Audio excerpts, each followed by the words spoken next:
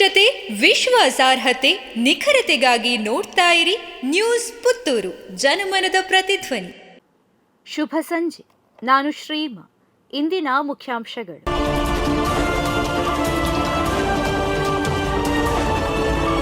ಹತ್ತೊಂಬತ್ತರ ಕೆಳಗಿನ ಜಿಲ್ಲಾ ತಂಡಕ್ಕೆ ತೇಜಸ್ ಎಸ್ ಕೈಕಂಬ ಆಯ್ಕೆ. ಸಂತ ಫಿಲೋಮಿನಾ ಪದವಿ ಪೂರ್ವ ಕಾಲೇಜಿನ ದ್ವಿತೀಯ ಪಿಯುಸಿ ವಿದ್ಯಾರ್ಥಿ ತೇಜಸ್ ಸುಬ್ಬಪ್ಪ ಕೈಕಂಬ ಕರ್ನಾಟಕ ರಾಜ್ಯ ಕ್ರಿಕೆಟ್ ಅಸೋಸಿಯೇಷನ್ನ 19ರ ವಯೋಮಾನದ ಕೆಳಗಿನ ವಿಭಾಗದ ಅಂತರ್ಜಿಲ್ಲಾ ಕ್ರಿಕೆಟ್ ಪಂದ್ಯಾಟದ ಜಿಲ್ಲಾ ತಂಡಕ್ಕೆ ಆಯ್ಕೆಯಾಗಿದ್ದಾರೆ. ಪುತ್ತೂರು ಜಡೇಕಲ್ಲಿನಲ್ಲಿರುವ ಸರ್ಕಾರಿ ಪ್ರಥಮ ದರ್ಜೆ ಕಾಲೇಜಿನ ಪ್ರಾಂಶುಪಾಲರಾದ ಪ್ರೊಫೆಸರ್ ಸುಬ್ಬಪ್ಪ ಕೈಕಂಬ ಅವರ ಸುಪುತ್ರನಾದ ತೇಜಸ್ ಅವರು ಹರೀಶ್, ಕಿರಣ್ ಮತ್ತು ನವೀನ್ ಅವರ ಬಳಿ ತರಬೇತಿಯನ್ನ ಪಡೆದಿದ್ದು, ಪ್ರಸ್ತುತ ಇಲಿಯಾಸ್ ಪಿಂಟೋ ಅವರಿಂದ ತರಬೇತಿಯನ್ನ ಪಡೆಯುತ್ತಿದ್ದಾರೆ. ತೇಜಸ್ ಅವರು ತಂದೆ ಪ್ರೊಫೆಸರ್ ಸುಬ್ಬಪ್ಪ ಕೈಕಂಬ, ತಾಯಿ ಸವಿತಾ ಎಸ್ ಕೈಕಂಬ ಮತ್ತು ಕಿರಿಯ ಸಹೋದರ ವೈಭವ್ ಎಸ್ ಕೈಕಂಬ ಅವರ ಜೊತೆ ವಾಸವಾಗಿದ್ದಾರೆ. ಸುಹಾಸ್ ಶೆಟ್ಟಿ ಹತ್ಯೆ ಆರೋಪಿ ನೌಷದ್ ಮೇಲೆ ಜೈಲಿನಲ್ಲಿ ಹಲ್ಲೆ. ಪೊಲೀಸರ ಎದುರೇ ಕಲ್ಲು ಎಸೆದು ದಾಳಿ ಮಾಡಿದ ಕೈದಿಗಳು. ಹಿಂದೂ ಕಾರ್ಯಕರ್ತ ಸುಹಾಸ್ ಶೆಟ್ಟಿ ಹತ್ಯೆ ಪ್ರಕರಣದ ಆರೋಪಿ ಚೊಟ್ಟೆ ನೌಷದ್ ಮೇಲೆ ಮಂಗಳೂರು ಕೇಂದ್ರ ಕಾರಾಗೃಹದಲ್ಲಿರುವ ಪೊಲೀಸರ ಎದುರೇ ಇತರ ಕೈದಿಗಳು ದಾಳಿ ಮಾಡಿದ ಘಟನೆ ನಡೆದಿದೆ. ಅದೃಷ್ಟವಶಾತ್ ನೌಷಾದ್ ಪ್ರಾಣಾಪಾಯದಿಂದ ಪಾರಾಗಿದ್ದು, ಅವನನ್ನ ಮೈಸೂರು ಕಾರಾಗೃಹಕ್ಕೆ ಸ್ಥಳಾಂತರಿಸಲಾಗಿದೆ. ನೌಷಾದ್ ಮೇಲೆ ಮಂಗಳೂರು ಸೆಂಟ್ರಲ್ ಜೈಲಿನ ಬಿ ಬ್ಯಾರೆಕ್ನ ಹಲವು ಸಹ ಕೈದಿಗಳು ಕಲ್ಲು ಮತ್ತು ಸಿಕ್ಕ ವಸ್ತುಗಳಿಂದ ಹಲ್ಲೆ ಮಾಡಿದ್ದಾರೆ. ಚೊಟ್ಟೆ ನೌಷದ್ನ ಪೊಲೀಸ್ ಕಸ್ಟಡಿ ಅವಧಿ ನಿನ್ನೆ ಮುಗಿದಿತ್ತು. ಹೀಗಾಗಿ ಪೊಲೀಸರು ಆತನನ್ನ ನ್ಯಾಯಾಲಯಕ್ಕೆ ಹಾಜರುಪಡಿಸಿದ್ದರು.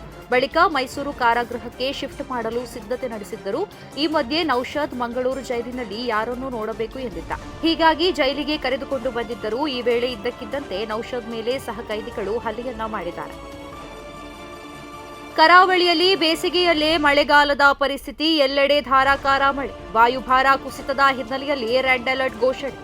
ಅರಬ್ಬಿ ಸಮುದ್ರದಲ್ಲಿ ವಾಯುಭಾರ ಕುಸಿತ ಉಂಟಾದ ಪರಿಣಾಮ ನಿನ್ನೆಯಿಂದೀಚೆಗೆ ಕರಾವಳಿಯಲ್ಲಿ ಧಾರಾಕಾರ ಮಳೆಯಾಗುತ್ತದೆ. ಇನ್ನು 2-3 ದಿನಗಳ ಕಾಲ ಭಾರೀ ಮಳೆಯಾಗುವ ಸಾಧ್ಯತೆ ಇರುವ ಹಿನ್ನೆಲೆಯಲ್ಲಿ ಹವಾಮಾನ ಇಲಾಖೆ ದಕ್ಷಿಣ ಕನ್ನಡ ಮತ್ತು ಉಡುಪಿ ಜಿಲ್ಲೆಗಳಿಗೆ ರೆಡ್ ಅಲರ್ಟ್ ಅನ್ನು ಘೋಷಣೆ ಮಾಡಿದೆ. ಭಾರೀ ಮಳೆಯಿಂದಾಗಿ ಅಲ್ಲಲ್ಲಿ ಅನಾಹುತಗಳು ಸಂಭವಿಸಿವೆ. ಹಲವೆಡೆ ನೀರು ಜಮೆಯಾಗಿ ಜನರು ಸಂಕಷ್ಟಕ್ಕೀಡಾದರು. ಮೇ 20ರಿಂದ 22ರ ತನಕ ಅತಿ ಹೆಚ್ಚು ಮಳೆಯಾಗುವ ಮುನ್ಸೂಚನೆ ಹಿನ್ನೆಲೆ ಭಾರತ ಹವಾಮಾನ ಇಲಾಖೆ ರೆಡ್ ಅಲರ್ಟ್ ಅನ್ನು ಘೋಷಿಸಿದೆ. ಬಾಡಿಗೆ ಮನೆಯಲ್ಲಿ ಮಹಿಳೆಯ ಶವ ಪತ್ತೆ, ಕೊಲೆ ಶಂಕೆ. ಕುಡುಪು ಗ್ರಾಮದ ಪಾಲ್ದನಿ ಎಂಬಲ್ಲಿ ಬಾಡಿಗೆ ಮನೆಯಲ್ಲಿ ವಾಸವಿದ್ದ ಪಲ್ಲವಿ ಎಂಬ ಮಹಿಳೆಯ ಮೃತದೇಹ ಕೊಲೆಯಾದ ಸ್ಥಿತಿಯಲ್ಲಿ ಮನೆಯ ಕೊಠಡಿಯಲ್ಲಿ ಪತ್ತೆಯಾಗಿದೆ. ಪಲ್ಲವಿಯ ಪತಿ ನವೀನ್ ಹಾಗೂ ಅತ್ತೆ ಶಾಂತಾ ಸೇರಿಕೊಂಡು ಕೊಲೆ ಮಾಡಿದ್ದಾರೆ ಎಂದು ದೂರು ನೀಡಲಾಗಿದೆ. ಭಾನುವಾರ ಶವ ಪತ್ತೆಯಾಗಿದ್ದು, ಘಟನೆಯ ಬಳಿಕ ನವೀನ್ ತಲೆಮರೆಸಿಕೊಂಡಿರುವುದು ಅನುಮಾನಕ್ಕೆ ಕಾರಣವಾಗಿದೆ. ಈ ಬಗ್ಗೆ ಮಂಗಳೂರು ಗ್ರಾಮಾಂತರ ಠಾಣೆಯಲ್ಲಿ ಪ್ರಕರಣ ದಾಖಲಾಗಿದ್ದು, ತನಿಖೆ ಮುಂದುವರಿದಿದೆ ಎಂದು ಪೊಲೀಸರು ತಿಳಿಸಿದ್ದಾರೆ.